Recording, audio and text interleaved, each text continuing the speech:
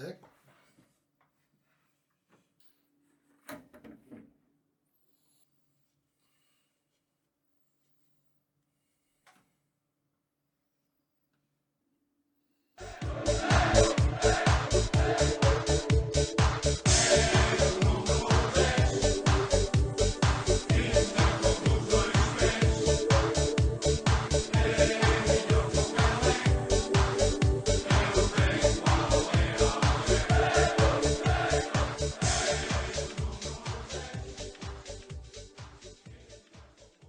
Olá!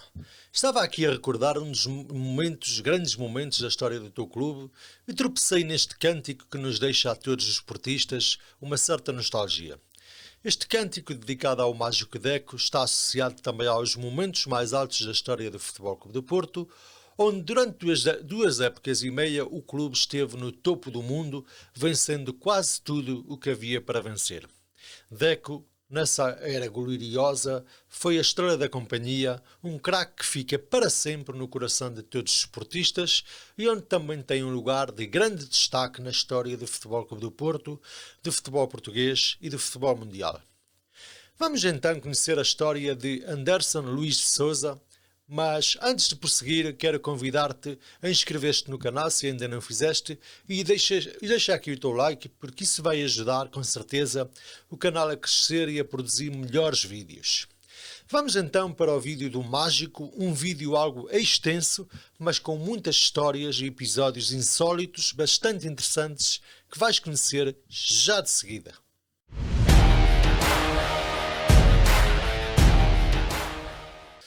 Anderson Luís de Souza nasceu em São Bernardo do Campo, no estado de São Paulo, no dia 27 de agosto de 77. O mar é como uma inspiração para Deco, transformando-se num símbolo da sua vida, da sua história, das suas conquistas e dos diferentes estados de espírito. Deco, que raio de alcunha é esta? Qual a história que está por trás desta alcunha? É uma história bem curiosa. Quando Deco era bebê, chamavam-lhe de Dé, um diminutivo de Anderson. Mas depois ficou Deco, por causa de uns tios que, de uma forma malandra, tentavam ensinar-lhe uns palavrões. O certo é que o miúdo Anderson não acertava uma, só dizia asneira, só dizia tudo errado. E esses tios utilizavam uma expressão que era cozinho. Calma, não é nada do que estás a pensar. Cozinho é uma expressão que significa encher o saco, uma expressão tipicamente brasileira. Associaram o nome de e cozinho e passou a ser Decozinho. Por fim, quando cresceu, ficou Deco. As primeiras jogatanas aconteceram no quintal e na rua da sua terra, onde foi viver a partir dos 3 anos de idade. Jogava quase sempre descalço, ficando com os pés uma lástima. As jogatanas eram diárias, ou quase diárias, com amigos mais velhos e onde se destacava pela qualidade técnica que demonstrava. O pai, apesar de grande adepto de futebol, fazia descer Deco à terra, ensinando-lhe que a vida não era um sonho. Isto porque Deco dizia que queria ser jogador de futebol. Na escola era um excelente aluno e nunca fugia às suas responsabilidades. Aos 9 anos, Deco mudou-se com a família para Campinas. Foi uma fase crítica da sua vida, pois deixou para trás tudo o que gostava: o futebol, na rua, os amigos e o quintal para ir viver para um apartamento fechado e, portanto, sentia a falta daquela liberdade. O pai, denotando o estado de espírito do filho, procurou saber onde poderia inscrever o filho num clube de futebol. Descobriu um clube modesto, o Bonfim, onde Deco deu espetáculo logo no primeiro torneio. Passou a ser chamado de Maradoninha, mas não gostava nada. Queria ser apenas Deco. No entanto, ninguém fazia caso. Era mesmo o Maradoninha. Era a estrela da equipa e dava nas vistas no campeonato local e nos torneios que eram promovidos pelo Bonfim. Entretanto, apareceram o Guarani e o Ponte Preta para falarem com o Sr. Osias, pai de Deco, para o recrutarem. A escolha acabou por recair no Guarani, que tinha a fama de lançar muitos jovens no futebol. Era uma boa escola de futebol. Aqui jogou sempre num escalão acima do seu e era novamente a estrela da equipa. Entre os 14 e os 15 anos, a diferença fazia-se sentir. Deixou então de ser a estrela da equipa e de ser também regularmente convocado. Visto de fora era uma situação normal, fazia parte do crescimento, mas para um miúdo de 15 anos era muito difícil perceber isso. Perdão. Era visto como uma frustração. Deco lidou muito mal com esta frustração e saiu do Guarani pouco tempo depois e, a seguir, regressou com a família a Indaiatuba. Esqueceu o futebol de 11, mas não deixou de fazer os seus jogos. Passou a jogar futsal num clube chamado Tijusa. Depressa recebeu convites, entre eles do Palmeiras, para onde foi ganhar $150 com 16 anos de idade.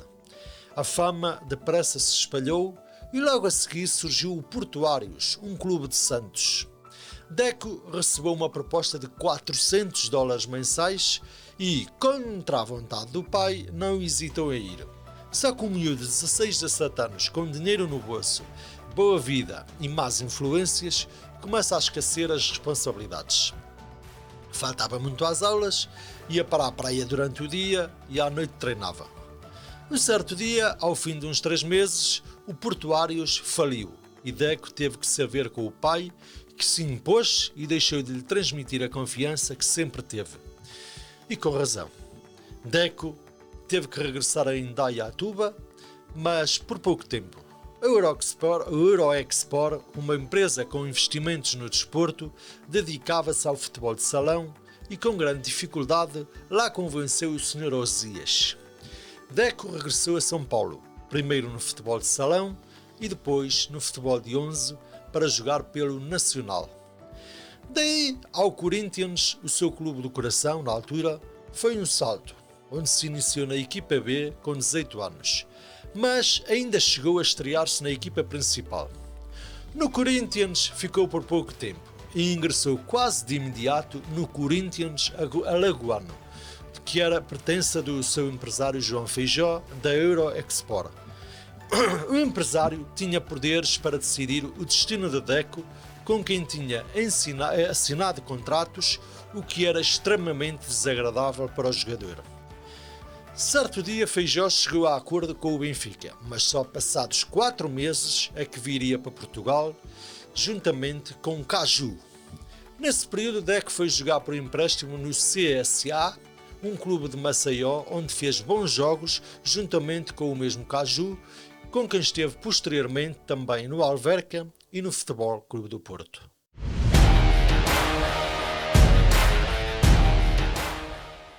Terminada a dança de clubes no Brasil, ao sabor do empresário João Feijó, Deco rumo a Lisboa juntamente com Caju. Estávamos no início da época de 97-98. Tony, ex-jogador e ex-treinador do Benfica, descobrira Deco e recomendou-o ao Benfica. Mas, à chegada a Lisboa, tanto Deco como Caju foram para a Alverca em vez de irem para a Luz, como tinha garantido o empresário. Foram claramente enganados, sem qualquer explicação, quer da parte do Benfica, quer da parte do Alverca. Depois, na assinatura do contrato, Deco deslocou-se à Luz e sentiu-se novamente enganado na questão dos valores. O empresário tinha dito que iria receber $5.000 e quando foi assinar o contrato, Deco viu o valor na moeda portuguesa sem sequer saber fazer a conversão para dólares. Deco assinou às cegas, ingenuamente, e veio a confirmar depois que eram apenas $2.500 mensais. Não havia nada a fazer. Depois do contrato estar assinado, Deco tinha que se conformar, mas não deixou de ficar revoltado. Jogou então pelo Alverca na segunda liga, fez uma boa época com muitas assistências logo de início e na segunda parte da época obteve muitos golos, ajudando o clube ribatejano a subir à primeira liga. Deco era um jogador na altura principalmente de predominância ofensiva, um talento que era grande demais para estar numa equipa da divisão secundária, apesar de, na altura, o Alverca ter bons valores naquele ano. Na mesma época, de 1997-98, surge Jorge Mendes, o superagente, que vê Deco a jogar em Espinho pelo Alverca e consegue a assinatura do jogador para o representar. Deco tem uma série de propostas, mas estava sempre dependente do Benfica. Se o clube lisboeta acionasse a cláusula, Deco ficaria no Benfica, caso contrário, poderia ir para os Salgueiros por um pequeno período. Ou seja, seria a ponte para Deco ir para um clube de maiores dimensões. O clube de Paranhos poderia fazer um investimento avultadíssimo de cerca de 500 mil dólares, que era o que estava previsto, mas teria de ter a segurança de retorno. Deco não estava confiante de que ficaria no Benfica. Tinha feito alguns treinos e alguns jogos particulares, quer com Manuel José, quer com Sunas, mas nunca sentiu a confiança de ambos. Eram os sinais que recebia. De férias em São Paulo, Deco recebe um telefonema em junho de 98 para participar num jogo particular pelo Benfica. Faz então a viagem, realiza um grande jogo e volta ao Brasil para terminar as férias. Mas algo de extraordinário estava para acontecer. Os empresários do Brasil, da Eurosport, queriam ver se ganhavam mais algum dinheiro com a transferência de Deco para o Benfica. Em vez dos 500 mil dólares iniciais, passaram a ser 1,5 milhão de dólares, mas a Deco apresentaram um contrato de apenas 3.500 dólares mensais, coisa que o jogador não aceitou, ficou revoltado e fez uma revelação que incendiou os ânimos. Jorge Mendes era agora o seu empresário.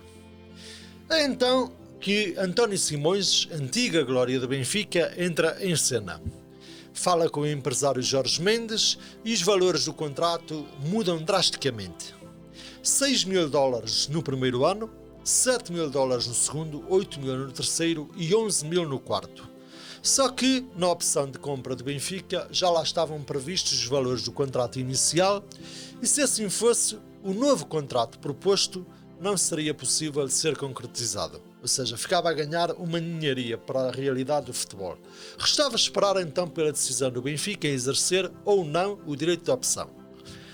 Para alguma surpresa, o Benfica, presidido na altura por Vale Azevedo, não aceitou as condições do contrato e as formas de pagamento ao Corinthians alagoano. E Deco ficava livre do Benfica para sempre e disponível para assinar então pelos Salgueiros. Só que, entretanto, um dos empresários brasileiros da Eurosport, de nome Juliano, liga-lhe e diz que não vai para o Benfica, mas sim para o Alverca, que tinha assumido a compra do seu passe. Deco ficou exaltadíssimo, recusou e afirmou que iria para os Salgueiros, não para o Alverca. Estava farto de feijós e julianos, uma espécie de sanguessugas de futebol. Ora, os empresários brasileiros tinham acordado vender metade do passe a empresários ligados ao Alverca. Deco parecia uma mercadoria sem qualquer respeito da parte dos empresários e sem voz na matéria.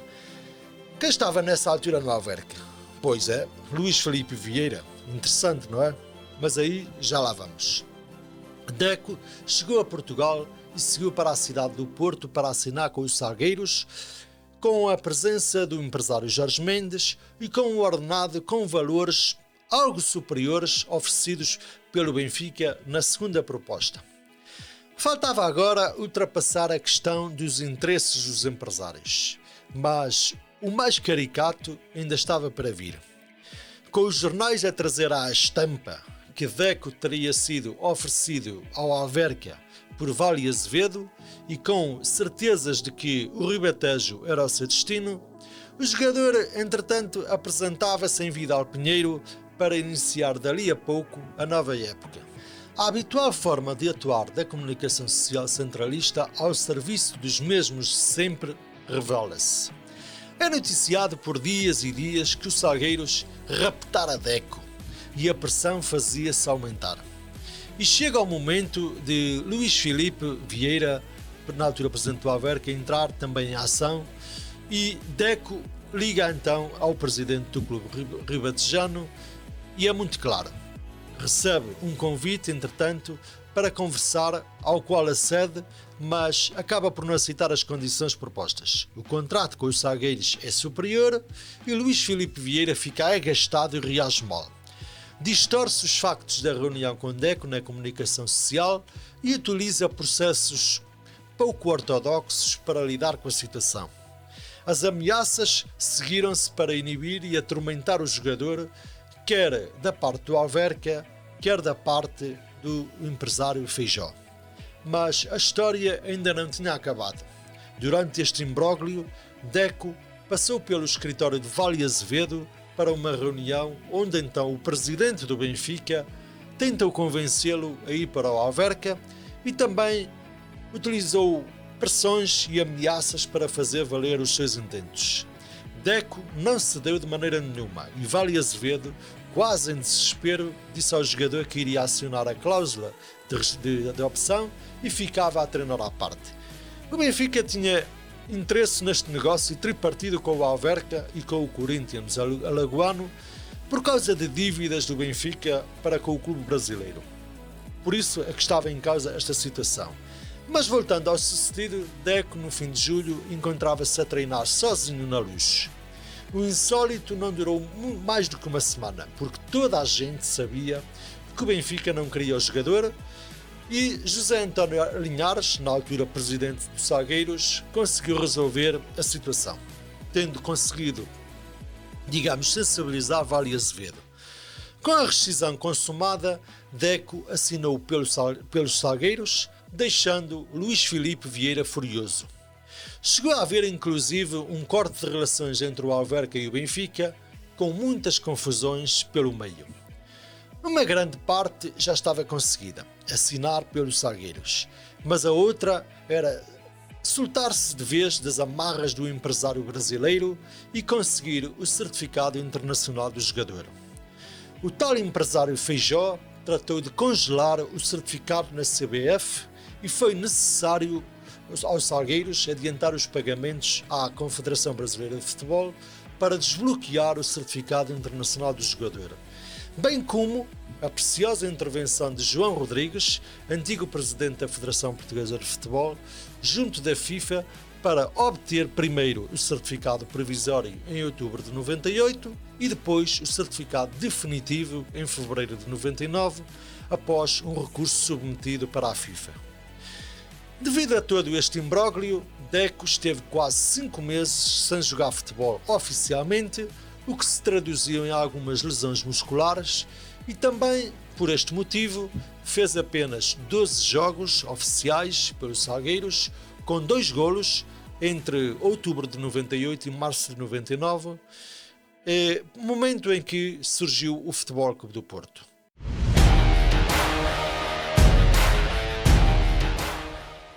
O seu talento já chamava a atenção, mas foi pelos Salgueiros que se estreou na Primeira Liga e facilmente se impôs na equipa. Toda a gente sabia que a permanência nos Salgueiros seria muito curta, por todos os motivos, principalmente porque o Salgueiros tinha investido muito dinheiro, muito para além do que aquilo podia investir, numa verba totalmente incomportável para os cofres do clube de Paranhos e que precisava de reaver o investimento o mais cedo possível. Atento, o Futebol Clube do Porto acabou por contratar Deco no último terço da época de 98-99, mais precisamente em março, numa mini janela de transferências que abria na altura na primavera e em que era possível inscrever um jogador e por isso, com a resolução definitiva do certificado internacional, Deco rumou às Antas. Foi apresentado em conferência de imprensa depois de realizar o primeiro treino com os novos companheiros. Eu tive, por acaso, o privilégio de assistir ao vivo à estreia oficial de Deco pelo Futebol Clube do Porto, com o número 29, no dia 10 de abril de 99, diante do Braga, numa vitória por 1-0. Esta camisola que está aqui ao meu lado, a camisola da capa, é a camisola oficial com que Deco se estreou no Futebol Clube do Porto, ostentando então o número 29 na dorsal, que usou durante 2 épocas. É uma camisola de uma época histórica e única no futebol português e em que o Futebol Clube do Porto conquistou o pentacampeonato. Foi um feito na altura inédito no futebol português, mas para Deco foi um final de época de conquista e de adaptação a um clube muito diferente. A titularidade chegou ao fim de 2 jogos, mas Deco esteve até ao final da época em fase de adaptação a uma nova realidade e a evoluir e a trabalhar aspectos em que pecava altamente, nomeadamente saber defender. Deco terminou a época, no entanto, com uma lesão no jogo de Alvalade, onde o Futebol Clube do Porto se sagrou campeão. No final da temporada, Zahovic saiu para a Grécia e Deco assumiu por inteiro o seu lugar, com um papel de grande relevância como médio ofensivo e criativo. A sua performance foi de tal forma que roçou a perfeição. Deco pegava destaca na época de 99-2000, principalmente naqueles jogos da primeira fase de grupos da Champions League e parte da segunda fase de grupos da mesma prova. Na altura havia 2 fases de grupos, sempre com grande protagonismo. Mas depois, no início da segunda volta da Primeira Liga, Deco contraiu uma lesão muscular num jogo da Taça de Portugal diante do Braga, que o retirou dos ravados por algum tempo. Foram 2 longos meses. Quando regressou, não era o mesmo jogador. Era completamente um jogador diferente, de fora de forma, e apresentava índices físicos preocupantes. Teve que fazer trabalho de recuperação permanente, mas lá acabou por ser importante e decisivo na finalíssima da Taça de Portugal, frente ao Sporting, ao obter um golo. Nesse período de lesão, Deco recuperou, mas depois teve uma recaída com nova lesão muscular. Desesperado, pediu ao presidente Pinto da Costa para fazer a recuperação fora do clube com um profissional da sua confiança. Com a autorização, durante 10 dias viajava diariamente para Porrinho, na Galiza, para fazer a respectiva recuperação. E porquê é que eu estou a falar nisto? Qual é a relevância? É muita. Esta história transformou-se posteriormente numa versão bastante maldosa. Durante o período de recuperação em Porrinho, foi colocado na praça pública de uma forma estratégica por mentes doentes e ordinárias de que Deco teria ido à Espanha para fazer uma desintoxicação por andar metido na droga. Este boato tomou proporções gigantescas, espalhou-se como um vírus, inclusive refletiu-se em todos os setores da sociedade, na rua, nos restaurantes, nos shoppings e inclusive nos relevados. A dada altura, um certo sujeito a dirigir um gesto altamente reprovável para Deco, revelando o seu carácter e a sua baixeza, e que presentemente ocupa um cargo de bastante relevo no futebol português. Nas férias, antes de regressar para a época de 2000-2001, Deco sentiu dores no joelho. O jogador tinha ficado lesionado em Barcelos na última jornada diante do Gil Vicente no lance Competi. Estava com uma ruptura de ligamento interno em 2 sítios. Passou, inclusive, a pré-época de 2000-2001 a fazer recuperação. Regressou aos relevados na 3ª jornada, frente ao Passos de Ferreira, mas não teve uma tarde feliz, apesar da vitória. Ao longo da época impôs-se, teve bons momentos, outros menos bons, mas numa época algo semelhante com a época anterior. Em 2001-2002, Deco estava em grande forma e isso refletia-se na equipa, que teve uma parte inicial da época muito boa. Mas depois tudo mudou. Os resultados e a pressão começaram a fazer-se sentir, a confiança desapareceu e começou a criar-se um fosso entre o treinador Otávio Machado e os jogadores. Em 2001-2002, Deco apontou 19 golos, o seu melhor registro da carreira, mas conquistou apenas a Supertaça nessa temporada.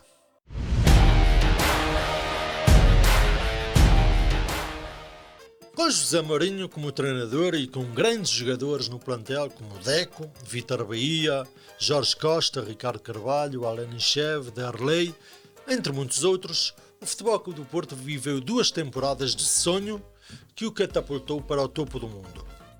Em 2002-2003, os portistas conquistaram todos os títulos possíveis, tanto a nível nacional como internacional, com Deco como a principal figura da equipa, com exibições de grande nível.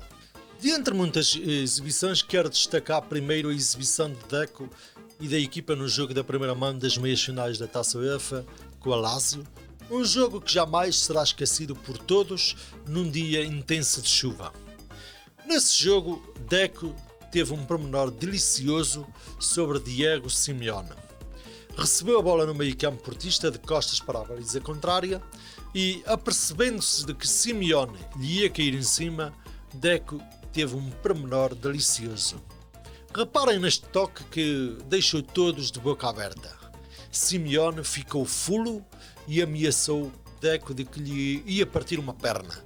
Sim, Simeone, o atual técnico do Atlético de Madrid. Mas no final da partida, Simeone acabou por elogiar Deco, dando-lhe os parabéns. A segunda exibição não podia deixar de ser a final da Taça UEFA. Encheu o campo com o seu perfume, fez de gato sapato a defesa escocesa do Celtic, fez assistências para golos e jogadas magistrais. A época terminava com a conquista do campeonato, da Taça de Portugal e da Taça UEFA. Pressentia-se nessa altura que Deco poderia estar de saída do clube, depois de uma época em cheio, uma época cheia de coisas boas, nos mais altos palcos internacionais. O Barcelona era um dos grandes interessados em Deco e o mágico estava eufórico e tinha o sonho de jogar na Catalunha desde criança. O presidente Pinto da Costa e o treinador pretendiam tentar a sorte do Futebol Clube do Porto na Champions League no ano seguinte, mas para isso era importantíssimo manter a base da equipa, bem como os jogadores essenciais e mais influentes do plantel. Deco era apenas só o jogador mais valioso do grupo, mas havia duas dificuldades a serem ultrapassadas: a forte pressão dos colossos da Europa para contratar Deco e a vontade do próprio Deco em sair do clube para jogar no Barcelona e fazer o contrato da sua vida. A manutenção de Deco era uma das exigências de José Mourinho e Pinto da Costa também não queria de forma nenhuma perder o mágico. Esta equipa já tinha provado do que seria capaz e o grande objetivo, para além de renovar o título nacional, obviamente seria colocar a equipa à prova na maior competição mundial de clubes. Pinto da Costa teve uma reunião com Deco no final de 2002-2003, onde lhe prometeu duas coisas. Não o deixaria sair no final daquela época, mas no final da época seguinte deixá-lo-ia sair para o clube que Deco entendesse, independentemente de haver ou não outras ofertas mais vantajosas para o Futebol Clube do Porto, e por outro lado também assegurou-lhe que o Futebol Clube do Porto tinha uma grande meta: iria tentar ser campeão europeu. Deco acabou por aceitar a primeira condição, mas quanto à segunda, riu-se, confessando mais tarde que jamais sonharia ou acreditaria ver o Porto como campeão europeu na Champions League, perante o facto de haver colossos como Real Madrid, AC Milan, Manchester United ou Barcelona. A dada altura, perante tantas e tantas vezes questionado pela comunicação social, se saía, se ficava, Deco mostrou-se algo agastado com a questão. Deco fez uma época muito consistente, com muita maturidade, com a classe de que se fazem os grandes craques do futebol mundial. Não foi tão espetacular e tão entusiasta como na época anterior, mas revelou-se um jogador fulcral e essencial na manobra da equipa e muito determinante no 11. Vamos à Champions League. Tal como Mourinho e Pinto da Costa assumiram, o Futebol Clube do Porto foi fantástico a todos os níveis na prova milionária.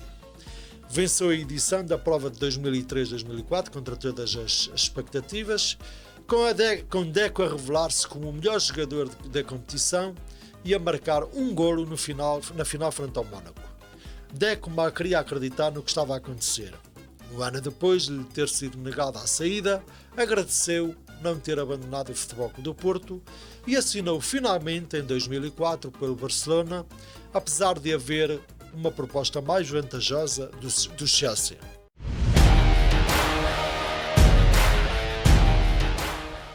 Antes da chegada ao Barcelona, Deco já era internacional português depois de obter a cidadania portuguesa em 2002. Quando se falou da sua possível convocatória para a seleção nacional, gerou-se uma enorme polémica com o povo português e com alguns jogadores a manifestarem-se contra esta possibilidade. Figo e Rui Costa foram duas das figuras principais a manifestarem a discordância de jogadores naturalizados jogarem por outras seleções. As declarações foram bem aproveitadas e empoladas pela comunicação social facciosa para incendiar e dividir as massas. Deco tinha o sonho de ser internacional canarinho e queria impor-se. Nunca o escondeu, mas sabia também que não era fácil ser convocado pelo Brasil. Primeiro porque era pouco conhecido no seu país e depois porque, na altura, o futebol português era pouco divulgado no país do samba.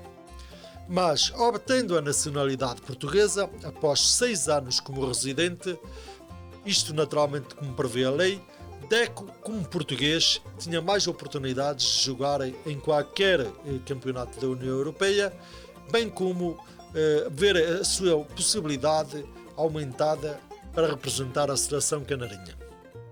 Mas, depois de muito pensar e de se aconselhar, o mágico optou pela seleção portuguesa, consciente de que esta decisão iria ser polémica, porque há sempre aqueles iluminados que têm aqueles discursos bacteriologicamente puros e que saem com aquelas teorias esquisitas e só dizem e escrevem barbaridades. Não tinha havido nenhuma polémica quando Celso Matos, um jogador brasileiro que atuou no Futebol Clube do Porto e no Boa Vista nos anos 70, representou a seleção portuguesa em 1976, com a estreia em 76, ou mesmo depois de Deco terem também jogado na seleção Pep, na altura no Real Madrid, com estreia em novembro de 2007, e Liedson no Sporting em 2009. Ninguém fez tanto alarido, ninguém levantou ondas. Por que será? Bom, imune a todas as críticas e polémicas, Deco continuou a sua carreira no Futebol Clube do Porto, a espalhar magia e classe, e acabou por ser convocado por Scolari, o treinador brasileiro, e não português, era brasileiro, que orientava então a seleção das Quinas em março de 2003. A recepção foi normal, o jogador foi bem recebido, mas a comunicação social tratou de mais uma vez tentar inventar uma novela. Num dos primeiros momentos de um treino, o primeiro treino, penso que de Deco, apareceram Deco e Figo a correr lado a lado, mas sem trocar qualquer palavra. A comunicação social tratou de dizer que talvez houvesse algo de errado entre os dois e foi buscar logo um lance entre Deco e Figo no Real Madrid Futebol Clube do Porto de 2001-2002, em que Figo saiu lesionado desse lance. Mais uma tentativa de intoxicar a opinião pública. Apesar de Figo se mostrar discreto, não houve nenhuma manifestação da parte do jogador para com Deco. Rui Costa, por seu lado, teve outra atitude. Já tomou a iniciativa de falar com Deco e teve a hombridade de manifestar que nada tinha contra a sua convocatória. São feitios. Figo é mais discreto e Rui Costa é mais extrovertido. Mas o destino tem destas coisas, e quis o destino que a estreia de Deco pela seleção portuguesa fosse no estado das Antas e logo frente ao Brasil, país natural do jogador. Na noite chuvosa de 29 de março de 2003, Deco entrou na segunda parte para o lugar de Sérgio Conceição e já bem perto do final foi dele o golo da vitória com que Portugal derrotou a seleção brasileira por 2-1 na conversão de um livre direto. As críticas, o requinte da maldade e toda a maledicência à volta da convocatória de Deco desapareceram, esfumaram-se. Deco já era o herói, já não era o brasileiro. A carreira de Deco pela seleção portuguesa foi significativa. Em 75 internacionalizações, em mais de 7 anos com a camisola das Quinas, o mágico participou em 2 mundiais e em 2 europeus, tendo conseguido atingir uma final de um europeu em 2004 e uma meia-final de um mundial em 2006.